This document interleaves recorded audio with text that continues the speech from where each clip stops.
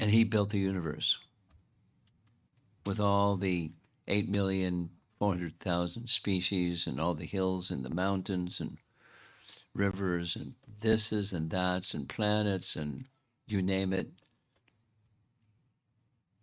He didn't have to go to engineering school.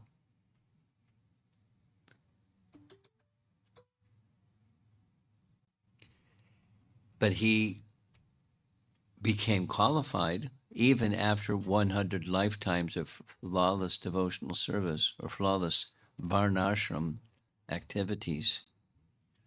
He underwent great tapasya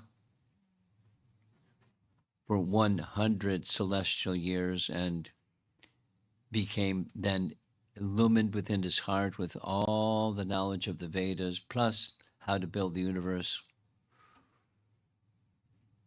He's a very qualified person. So with all of that qualification, he was induced by Krishna to make a big boo-boo. Not just a boo-boo. He didn't just slip on a banana peel. He made big offense to Krishna.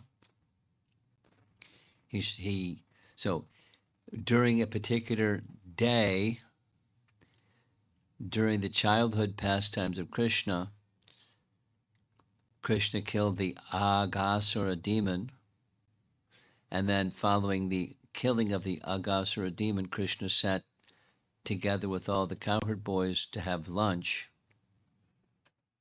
And while they were having lunch, the calves wandered away, and Krishna went to look for the calves. And when Krishna went to look for the calves, Lord Brahma came and he kidnapped the cowherd boys and put them in a cave. Then he gathered up all the cows or calves and put them in a cave and came back to the scene of the crime to see what's Krishna going to do. And what he saw was all the calves and cowherd boys, the same place where he had kidnapped, from which he had kidnapped them. So he was bewildered. And then as the cowherd boys were having their lunch, one by one, as many cowherd boys as there were, he manifested forms of Narayana. And each of the forms of Narayana manifested all the potencies of Narayana, spiritual potencies, including time, karma, and the whole long list of many potencies personified. And those potencies personified were offering prayers, a big cacophony of sound, offering prayers to the forms of Narayana or Vishnu. And all of a sudden, poof, they all disappeared. And Brahma fell to the ground, offered his obeisances to the personality of Godhead, Krishna, and he's going to begin in this chapter offering prayers.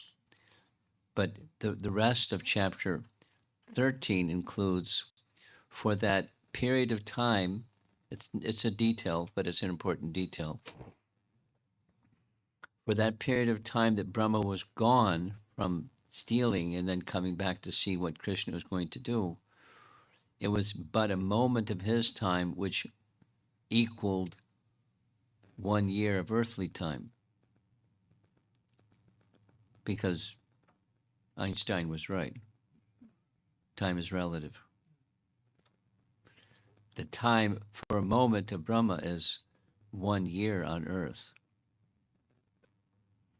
And when he came back, and all the cowherd boys were there, there was still the year of earthly time. For that 1 year of earthly time, Krishna had manifested himself as calves and cowherd boys of exact likeness of each of the sons of the cowherd boys' parents, and the calves for each of the cows.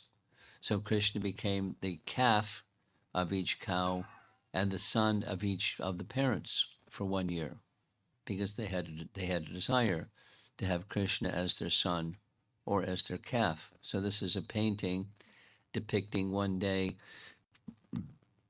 Krishna and Balaram were at the bottom of the hill with the calves, and the cows were up on the side of Govardhan Hill, and they saw their calves. They came running to be with their calves. And the cowherd men raised their sticks, shouting, "Stop!" in whatever the local language, how you say stop.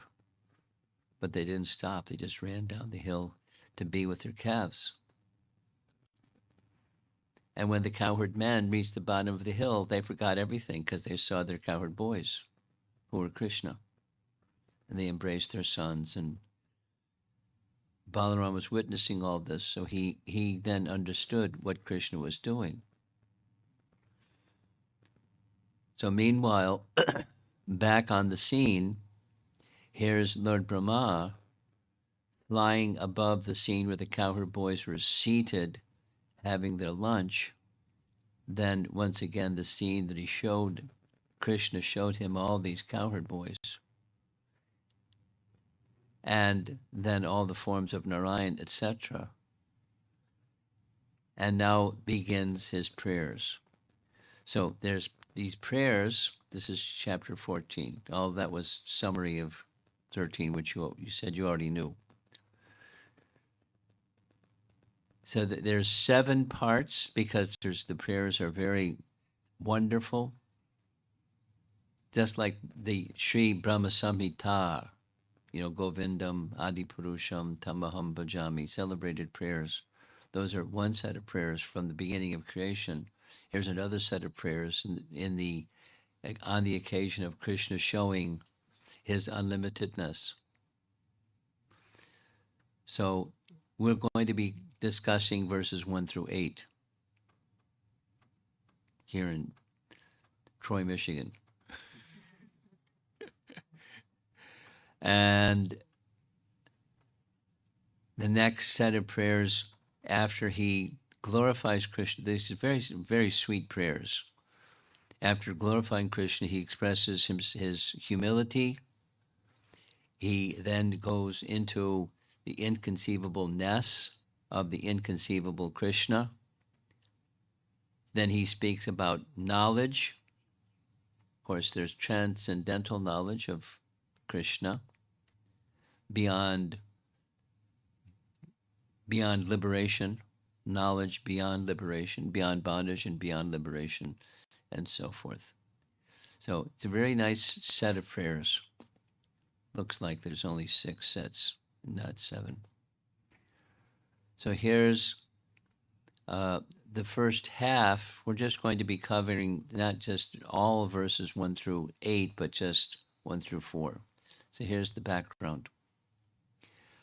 Brahma had directly realized that Nanda Nandana, means the son of Nanda Maharaj, is the source of all forms of eternity, knowledge, and bliss.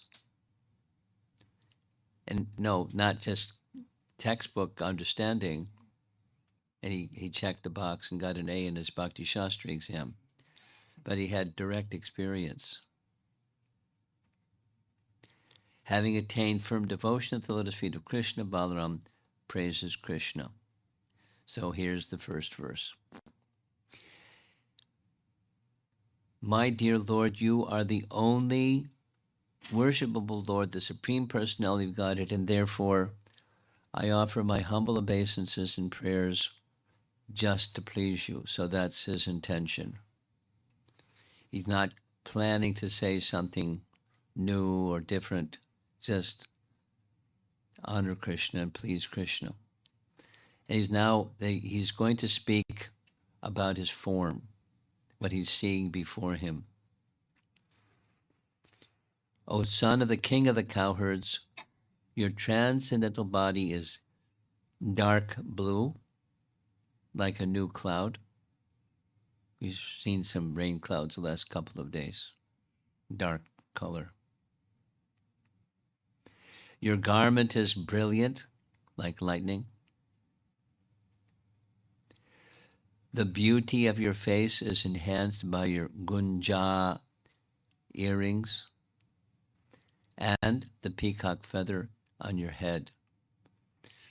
Now, gunja berries, there's a certain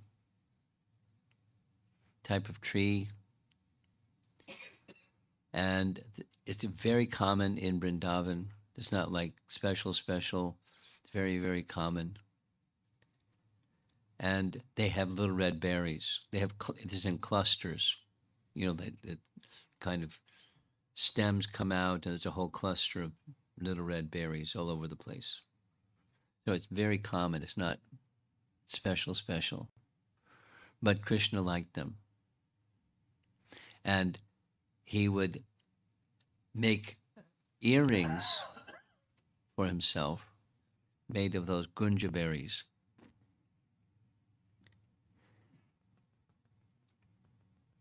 Wearing garlands of various forest flowers and leaves. So in the morning, before going out, his mother decorated him with valuable ornaments and jewels. And, you know, she's the queen of the king of the cowherds. So she has valuables, and she likes to decorate her son with valuables. So he wears them. But he doesn't particularly like them. He likes the forest flowers and leaves, which are abundant. But he likes, because he likes Vrindavan.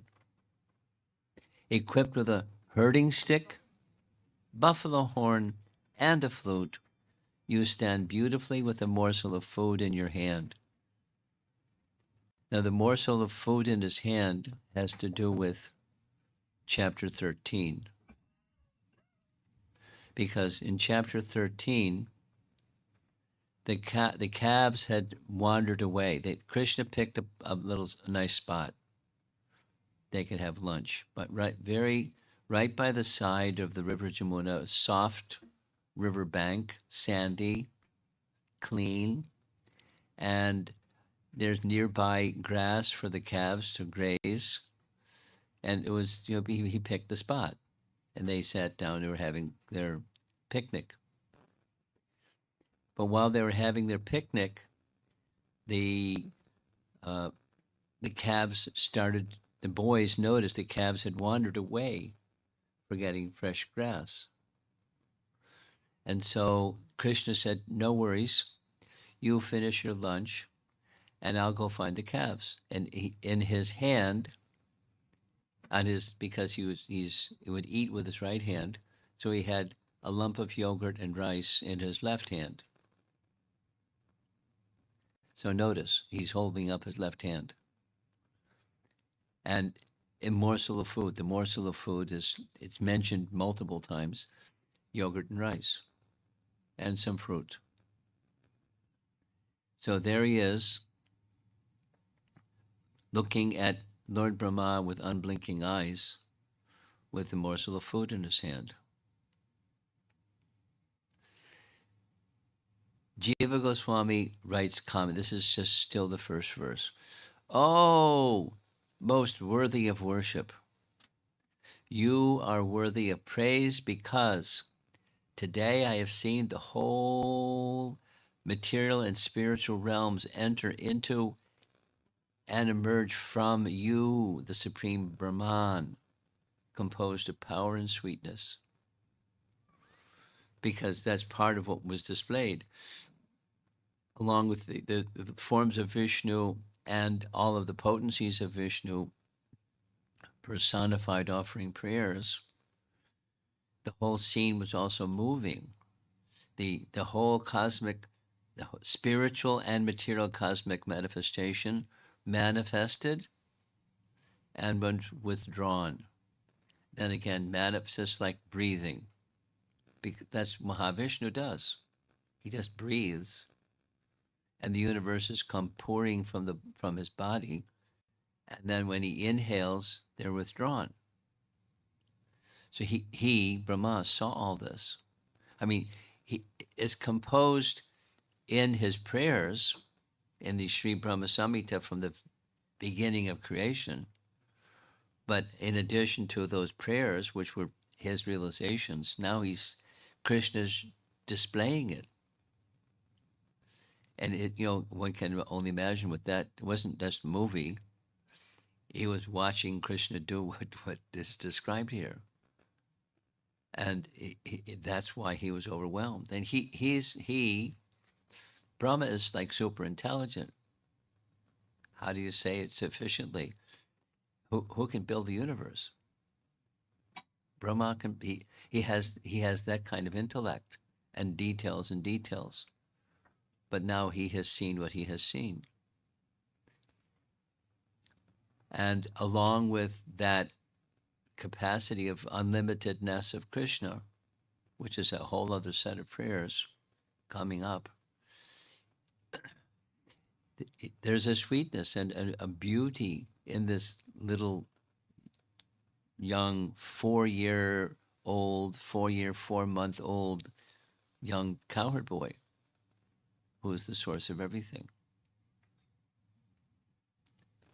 With the heart attracted to Krishna's childhood pastimes, Brahma points out more particular items. So he's going to elaborate. Here we go.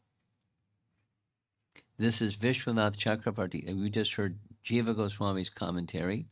Now comes Vishwanath Chakravarti Thakur's commentary. And he is inviting us into a deeper meaning of the words that Brahma spoke.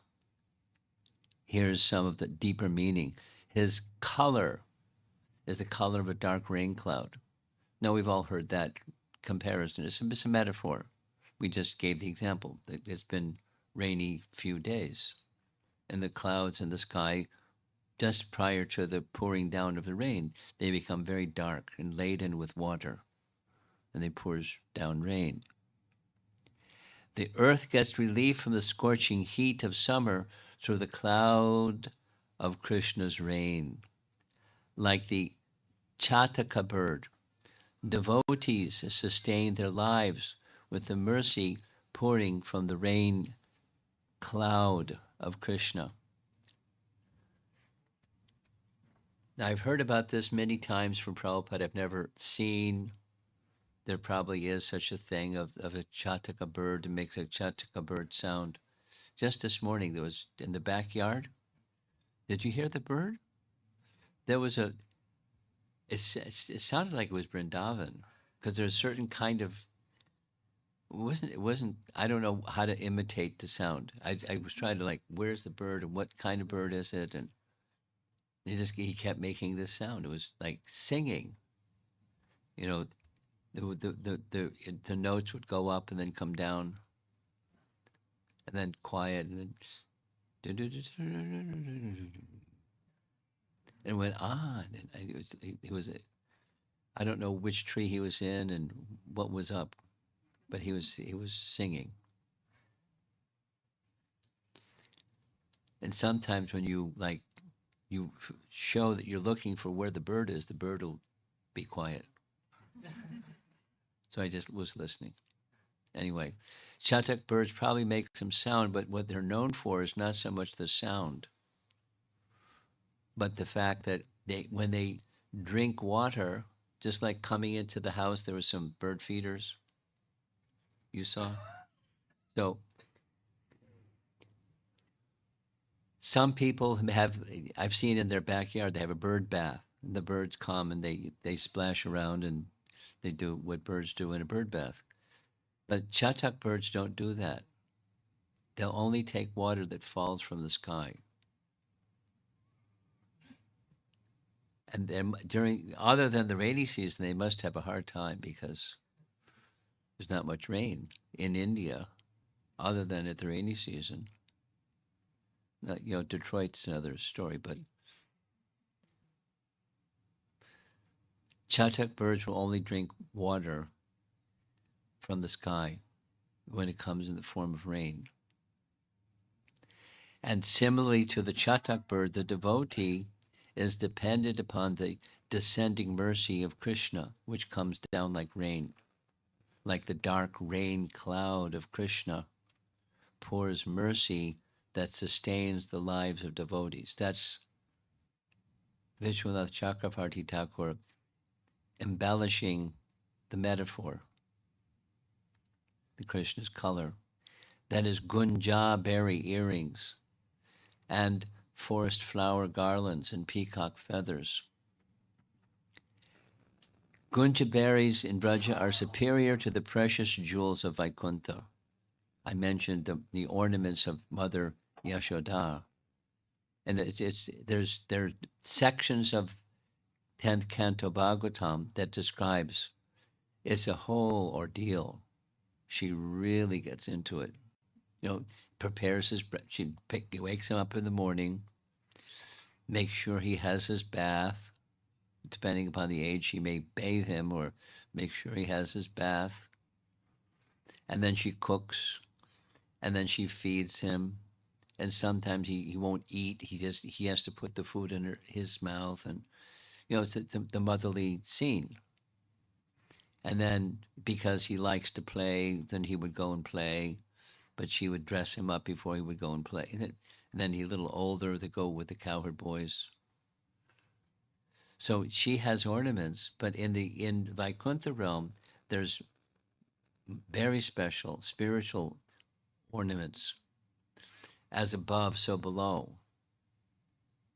So the ornaments in the Vaikuntha realm are superlative, but as far as Krishna is concerned, the leaves and the flowers of Vrindavan are superior to those ornaments of Vaikuntha. The precious jewels of Vaikuntha. Forest garlands and wild flowers and leaves around Krishna's neck is superior to those made of the parijata flowers from Swargaloka. Many of you know the story when Krishna was visiting in Dwarka. Krishna was visiting in the heavenly realm, and he brought back a parijata flower, right? And gave the parijata flower to Rukmini. Krishna gave one flower to Rukmini. Just listen. And Satyabhama heard about the flower. She said, "Can you bring back a tree?" So Krishna went to bring back a tree. And Indra didn't want that. So there was a battle. Guess who won? Krishna brought back a tree. And therefore there's outside of the Nandana garden in the heavenly realm, there's on the earthly plane, there's parijata flowers starting in Dwarka, but the tree propagated, and now they're all over the place, particularly in Vrindavan, very common. Jasmine, it's a kind of jasmine flower, very fragrant. So as far as Krishna is concerned, the leaves and the wild flowers of Vrindavan were superlative to the parijata tree flowers from Swargaloka. Then there's mentioned, you remember the description of what his form looked like. He has three things: cowherd stick, buffalo horn, and yogurt rice. The buffalo horn was used in chapter 13 because when it was time for the cowherd boys to go take care of the calves, boop. So, we have conch shells. Krishna had a buffalo horn. Boop. And if all the cowherd boys knew what that meant, time to go. So the morsel of yogurt rice in Krishna's hand, his stick and horn, indicate the superiority of Krishna's cowherd boy form over all others. Others means other cowherd boys, but superlative than any other of the other forms of Krishna. And Krishna's had soft feet, mridupade. And by his soft feet touching the land of Vrindavan, the land of Vrindavan became filled with ecstasy. And the persons, by touching Krishna's feet, touching the land, and people seeing the impression of his feet in the land of Vrindavan, created ecstasy for those that saw the impressions of his feet by stating that Krishna is the son of the cowherd, that's Pashu Pa Anga Jaya. So Nanda Maharaj was superior, superlative, the topmost person, even compared to his father, biological, you could say, Vasudeva, but even superior than Vasudeva is Nanda. Finally, Brahma's immersion in the great ocean of Krishna's sweetness mixed with respect, in the ocean of devotion and knowledge, because these two, devotion is sweetness, respect comes from knowledge, but a nice mixture, that's Brahma. So the residents of Vrindavan, they don't know Krishna as the supreme. They just know sweetness, Madhurya. And Brahma is in Vrindavan, but he also has knowledge capacity. So his knowledge invokes respect. So he's looking at this form of Krishna that just showed what Krishna showed him, and it's more than respect. He's like, his jaw hit the floor. Wow. He's in awe. At the same time, he has this appearance of a little village boy from living happily in the forest with the other cowherd boys. So that first verse has its little parts, and Vishwanath has helped us to appreciate. Now, when Krishna hears this first verse, he may object. Listen, Brahma, you're the master of all powers in this universe. Well, I am but the son of a cowherd man in the forest.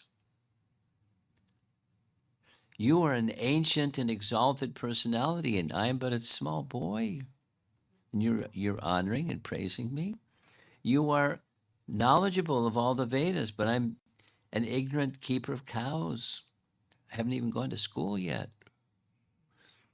It's so unaware of proper conduct that I run around with some yogurt rice in my hand. I'm not qualified for your praise. That's verse number 1. Verse number 2. Now, this is a nice BBT painting.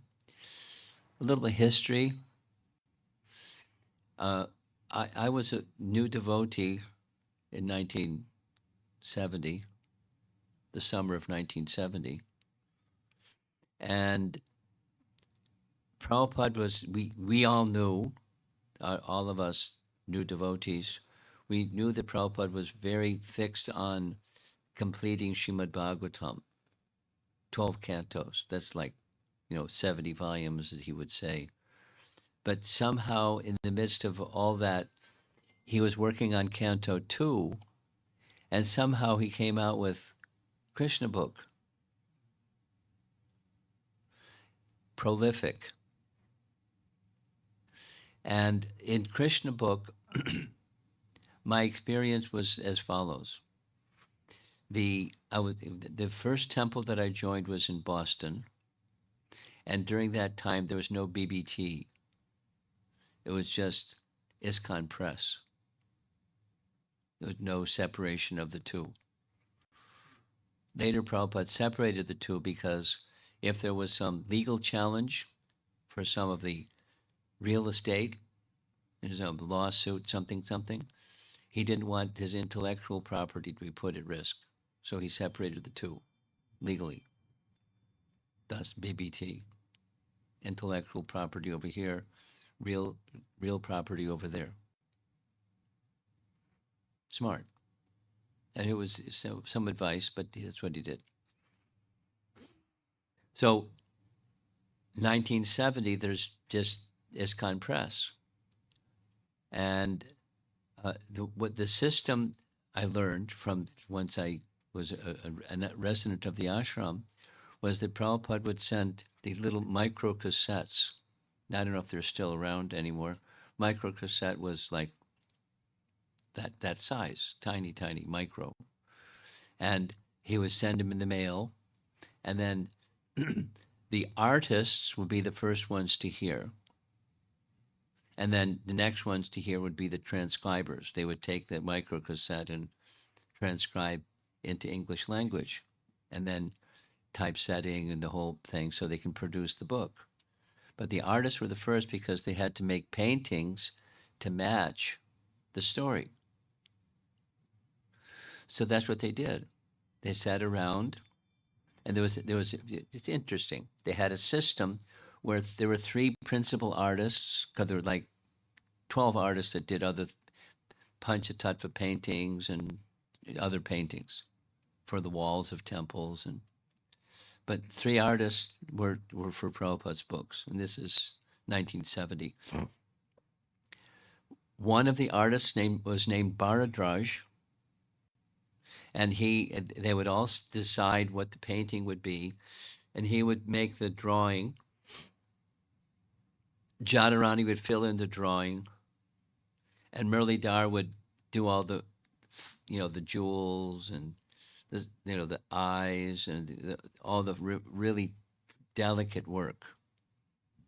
Very refined person, and very refined type of artist.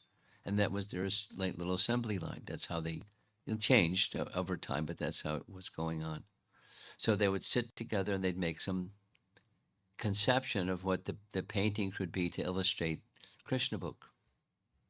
And they were kind of, to be honest, a little primitive, a little funky. And then that was the standard. And then the Krishna book was published the way that it looked, with the hardcover and the paintings inside. Then after some time, those English renderings went to Europe. So then the books were translated into French, German, Dutch, Spanish, etc. And then after some time, those devotees, they had their own BBT. They called Northern Europe BBT. Just Sweden, became the headquarters for the BBT. So they wanted to make their new painting. So this is one of those new paintings. You'll see later a painting of Lord Brahma speaking before Krishna. So this is the European BBT version, which is a nice one. So behind Lord Brahma, there's his swan carrier. He has a large body, and he's looking at this little boy with a lump of yogurt and rice in his left hand, looking up at Lord Brahma, offering his prayers. So here's prayer number 2. My dear Lord, first was his form. Neither I nor anyone else can estimate the potency of this transcendental body of yours, which has shown such mercy to me, and which appears just to fulfill the desires of your pure devotees. Now, unpack that a little bit. Many of you know, probably all of you know, there are 3 reasons given in Bhagavad Gita why Krishna appears. If you know the verse, you can say with me. Paritranayam sadhunam vinachaya chaduskritam dharma sangstapanartaya sambhavami yuge yuge. So many of you know the verse. So 3 reasons. Pritranaya sadhunam, the sadhus, to give protection or deliver the sadhus. Pritranaya sadhunam. Vinashaya chaduskritam, to diminish the influence of duskritis, the demons. And dharma sangstha, to restore dharma when there's discrepancy in dharma, for those 3 reasons. But here's another reason. And another reason is Krishna comes to fulfill desires of his pure devotees. That is, to reciprocate love, not just, protect, but engage in exchanges of rasa, of loving dealings with different devotees. And Lord Brahma is one of them. So, and the cowherd boys are another one. And the calves are another one. And, there's so many, many, many associates in Vrindavan, and Krishna comes to give them pleasure.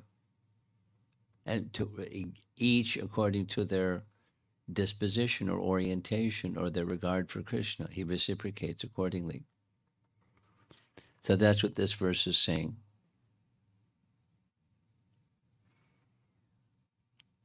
You have shown something to me that is quite amazing. My mind is blown, as they say these days, seeing what I saw. And thank you. But it's just part of what you do. You reciprocate with loving exchanges with your devotees. Although my mind is completely withdrawn from material affairs, I cannot understand your personal form. This is a nice B.G. Sharma classic painting. He's a well-known artist from India. How then could I possibly understand the happiness you experience within yourself? So the first verse is describing the form, and now he's saying, I can't understand this form of yours. And if I can't understand the form of yours, how can I understand the happiness you're experiencing within? Jiva Goswami comments, Brahma does not state in this verse that Brahman, the impersonal Brahman, is incomprehensible in its impersonal feature, for he explains that Krishna, with his personal features, is more difficult to understand than Brahman. Though you manifested many forms, you are one form only. That one form only showed me mercy because you protect my creation by destroying adharma and propagating dharma. Now that's commentary. That's not exactly what he said, but that's an implication from what he said. I don't understand this feature of yours. I create and you protect which I create. The means for you protect what I create is by propagating dharma, and you destroy adharma. He does. He propagates dharma. He's come to give Bhagavad Gita, which will happen later in his pastimes, but he propagates dharma and eradicates adharma. Those two of those principles described from Bhagavad Gita itself. But Brahma is intelligent. He understands how Krishna is reciprocating with him in a very personal way, protecting his creation and showing all these forms are but one form. He proved it. One form, many forms, one form.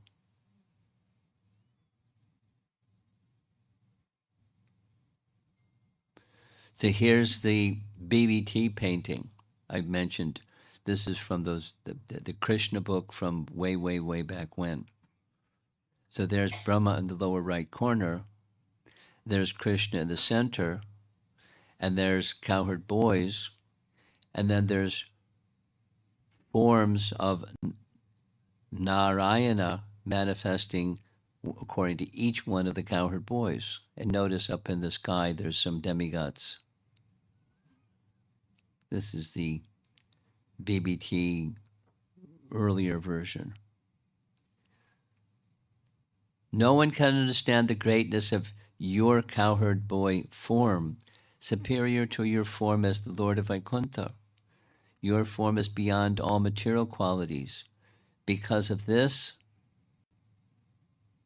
It cannot be understood by the inner mind, what to speak of direct perception. No, in other words, pratyaksha or direct sense perception can't understand what he just saw. Although he's very intelligent, he's superlatively intelligent, he can't understand from direct perception nor by the mind. That means anuman, by reason and logic. It's not conceivable. The mind can't expand and extend and encompass what he just experienced. It's all of what he experiences beyond the mind and beyond the senses. It's hit this form. It's transcendental. Now comes another very nice verse, and it's such a nice verse, you know, in depending upon the circumstances, I like to, I'll make this request today. Those of you that like the Srimad Bhagavatam, this is a very nice verse to memorize. And you all have your Krishna book or your Srimad Bhagavatam or your Veda base or something. So I'm going to say it, and you, please, if you wish, you can say it along with me. And it's a nice verse to memorize, not only like rote recitation, but to understand the meaning. Because ideal when you're reciting verses is to meditate on the meaning of the verse that you're reciting. And it may take a while, say many times and many times, like Gayatri Mantra. And you meditate on the meaning of the mantra while you're reciting the mantra. That's Gayatri Mantra meditation. So I'll say the verse. You can say with me. We'll do it twice because that's such an important verse. Yane prayasam udapasya namanta eva jivanti sanmukaditam bhavadiyavartam stane statakshrutigatam tanavan manobir ye prayaso jita jito pyasi trilokyam prayasam udapasya namanta eva jivanti sanmukaditam bhavadiyavartam stane statakshrutigatam tanavan manobhir ye prayaso jito jito pyasi trilokyam. So notice it's color coded, and I'm going to take you through the different colors and unpack a little bit what the verse is saying. Those who, this is the Prabhupada's translation from BBT, even while remaining situated in their established social position, stane statak, throw away the process of speculative knowledge, udapasya namanta eva, Gane prayasa udapasya namanta eva. Speculative knowledge off to the side. And tanuvan manobir, with their body, tanu, van, their words, and mana, their mind, offer all respects to descriptions of your personality and activities, dedicating their lives to these narrations, which are vibrated by you personally and by your pure devotees. Though he who is ajita, can't be conquered, is conquered. Though certainly conquer your lordship, although you are otherwise unconquerable by anyone within the three worlds. So let's go through the section of verses. Gyane prayasa udapasya. Gyane means knowledge. Prayasa means endeavor. Prayasa. Udapasya means throw it away. Not even a slight endeavor to gather knowledge by jnana process, speculative process. One should not even slightly endeavor to understand the absolute truth by the process of mental speculation. Nice? Why? It invariably carries one to an imperfect, impersonal understanding of God. So the personal feature can never be understood by mental speculation. The utmost possible conclusion is the impersonal Brahman feature, which is far, far, far away from the personal feature. Namanta jivanti sanmukharitam bhavadiyavartam. A devotee who always hears about Lord Krishna will go back home, back to Godhead, even if he can do nothing except maintain his existence, jivanti, and hear topics concerning the Lord. Stanmukaritam bhavadiyavartan.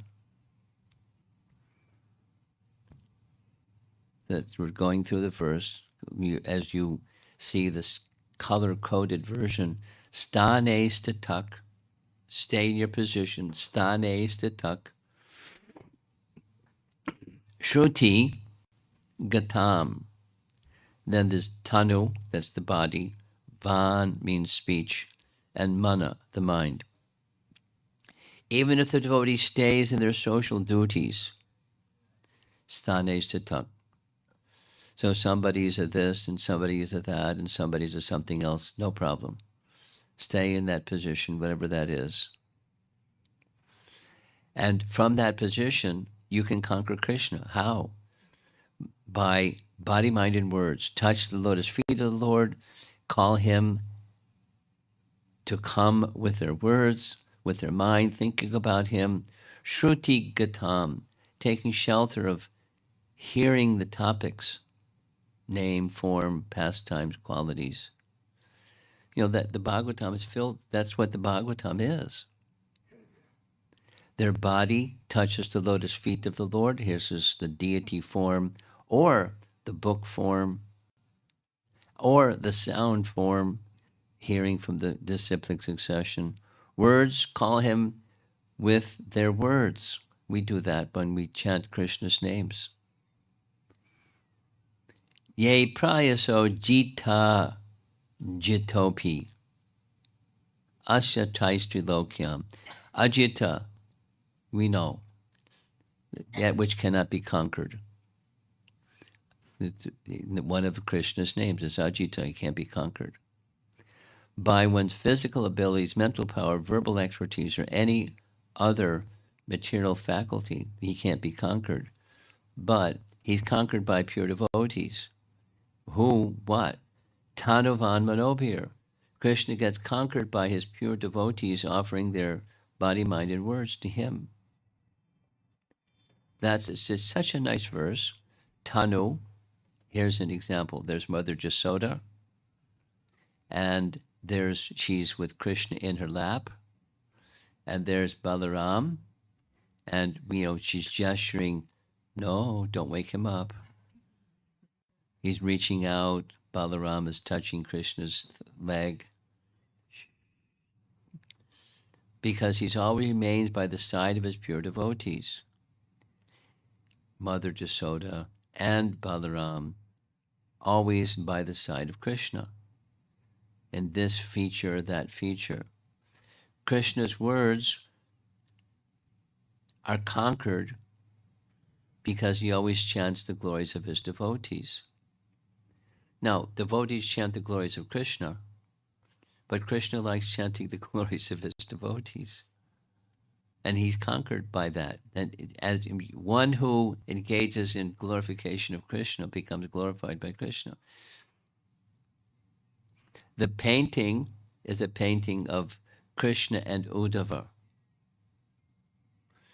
As you see, both of the features are of dark complexion, because Uddhava had a complexion like Krishna's complexion. So much looking like Krishna that when Krishna sent Uddhava from Mathura to the Vrindavan to carry his message, the gopis thought, Krishna's come back. And then when they looked more closely, it wasn't Krishna after all. Boo-hoo, it wasn't Krishna after all. But he looked like Krishna. And as Krishna likes hearing the devotees offer their love and devotion to him through words, Krishna likes offering to them also. That was the message of Uddhava to the gopis. And Krishna's mind becomes conquered because he's always thinking of his devotees. Now, I'm about to end. Many of you have some idea about Lord Chaitanya's first meeting with Ramananda Roy. Who's Ramananda Roy? Ramananda Roy is pictured here on the right. He was the governor of Madras, without all the detail. For some period of time, Chaitanya Mahaprabhu was visiting, and later he made it his residence in Puri. After staying just a few months in Puri, he became interested in traveling in South India to look for his brother. Chaitanya Mahaprabhu had an elder brother whose name was Vishwarup. And Vishwarup had taken sannyas and he went somewhere in South India, so Lord Chaitanya made a good excuse and said, I want to go look for my brother in South India. With their permission, so they how could they say no? So he went. And before he left for South India, Sarvabhauma Bhattacharya, the great, super great scholar, said, when you travel, one thing, I have one request. Meet Ramananda Roy. He's such an elevated devotee, and I didn't understand it all when I first met him. I thought he was a sentimentalist.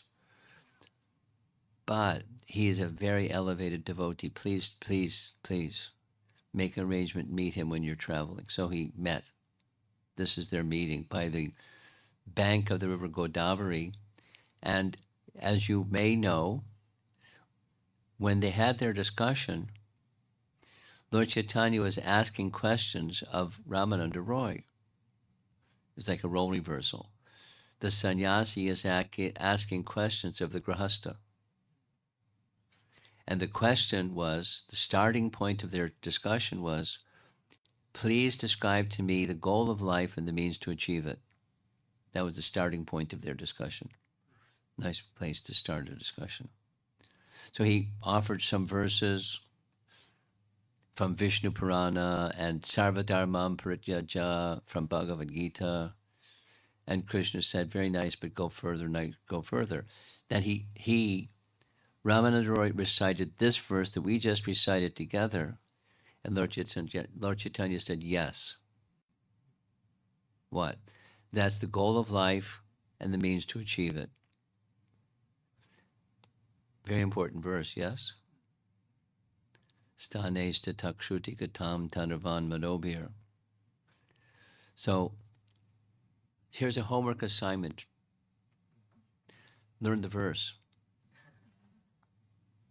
And if you want to know further about the verse, there's two places, right from the Bhagavatam itself, or in Chaitanya Charitamrita when the discussion between Ramananda Roy and Lord Chaitanya, and it's elaborately discussed.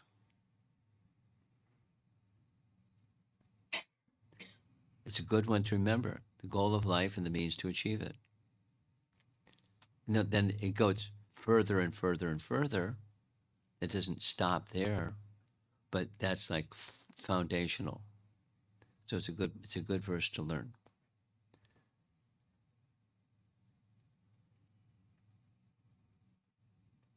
And that's the first half of the first set of prayers. There is 7 sections, but the first section is so important, we divide it into 2.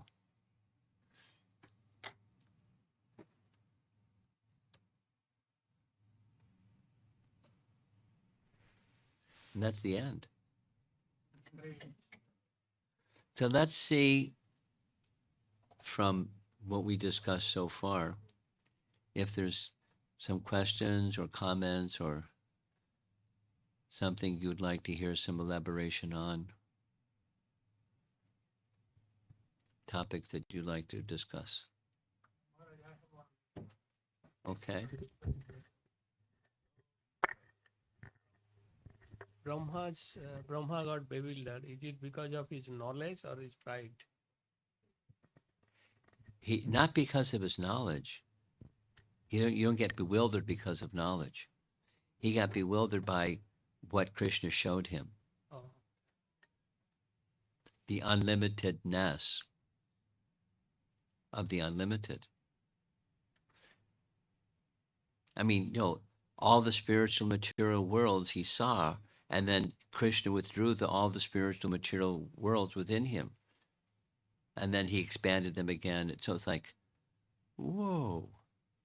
I mean, it's not, he understands about building a universe, and he understands about Krishna is the source, but to directly experience it.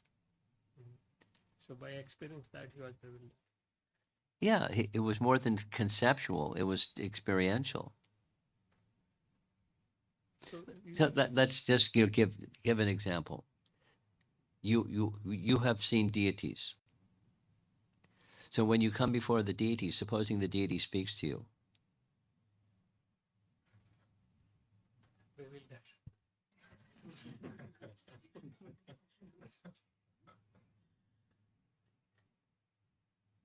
experiential.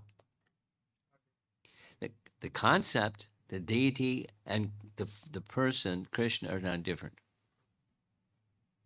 And another question is Go ahead. so in the beginning, Brahma steal all the cows and the cowboys. So is that The that- calves. calves? So is that because of his knowledge? No. It was, why did he do what he did? My understanding is Super Soul inspired him to do what he did so that Krishna could perform a pastime.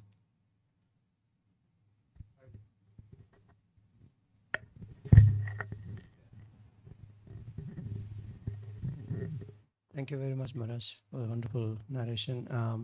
Quick question. So, is there a reason why Krishna said, like, I'm a small boy, your creator? Is it sarcastic, or he just want to tell them? Krishna didn't say it. That's commentary by commentators. So if Krishna's hearing little boy, because it's a lila, in the form of a little boy, so the firstborn living being is saying to a little boy, "You're this and you're that and you're other thing." So the commentator took it. Really? You're so knowledgeable, and I'm just this little boy, and so why are you speaking like this? Which just prompts the next verse, the next verse. It's their commentary. It's their way of helping us understand the dynamic of what's going on. It's not literally that Krishna thought that. It's commentary. Okay?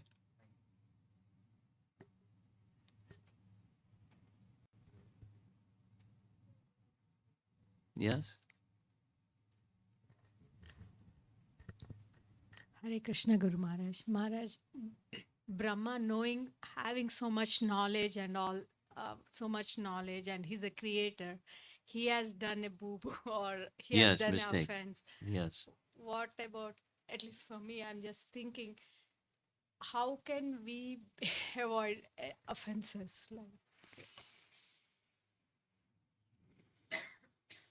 Well, in Brahma's case, I already stated, my understanding is he did what he did for two reasons. One, I explicitly stated, Super Soul inspired him to do what he did. A second explanation is there was some pride.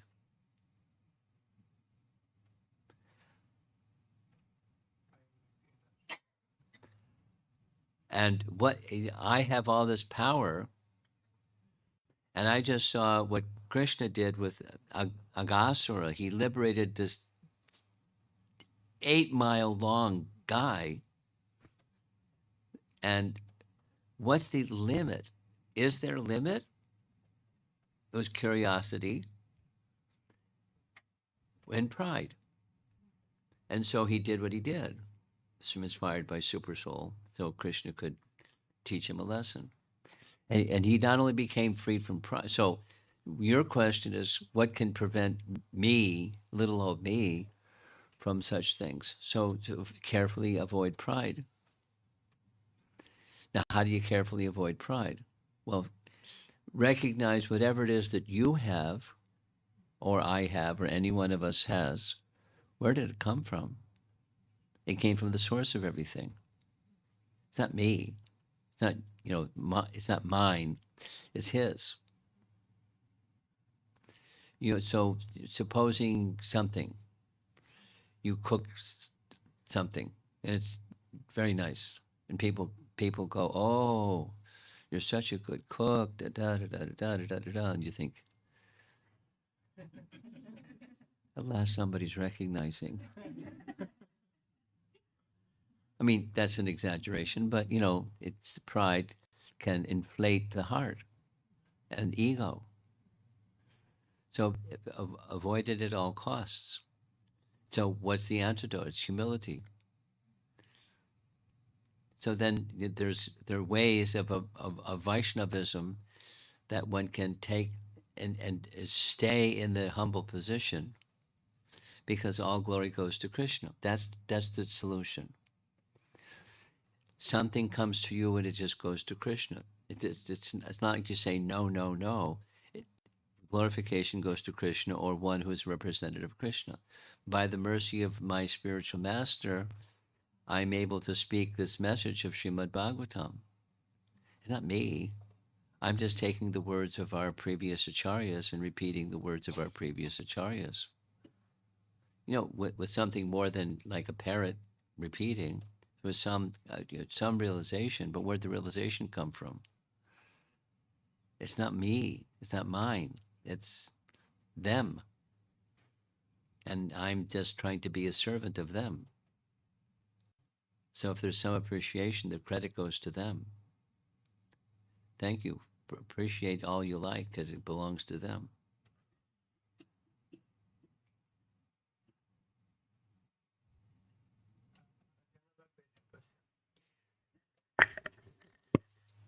Another basic question. So, Lord is the source of everything. So, He is the source of ignorance also, the source of pride also. Of course, of course. He's the source of everything. So, on that case, if we become pride, whom do we blame? Is it because of the Lord's Yeah, soul within, or it's our stupidity, our misuse of free will, and he sanctions. He's the source, which means he then sanctions. Oh, you want to take credit? Okay. I don't recommend it because you're not the source, but you want to take credit? Okay. And well, he's sanctioning. Upadrashta anumanta. From Bhagavad Gita. So, yeah. He sanctions. He's not advocating, but living entities make foolish choices. There's free will, and we can use our free will properly or improperly.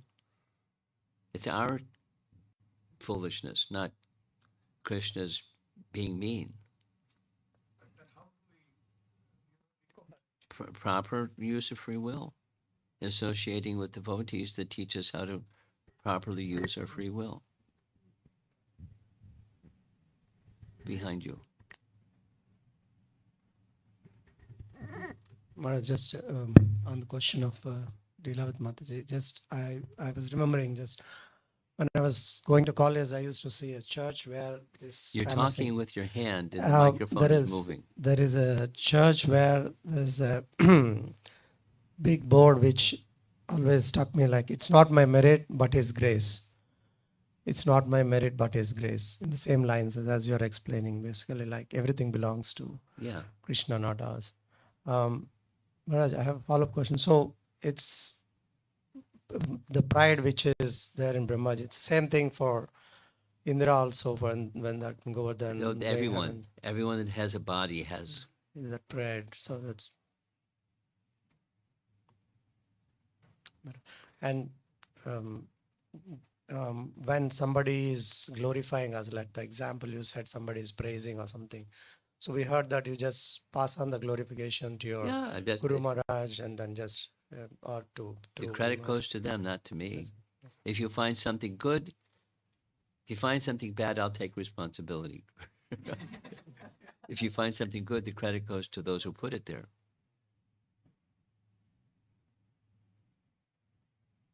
I mean it, not just cute.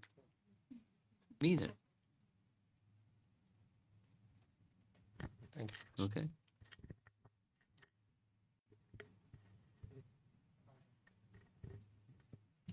Okay. Anybody else? Srila Prabhupada ki jai.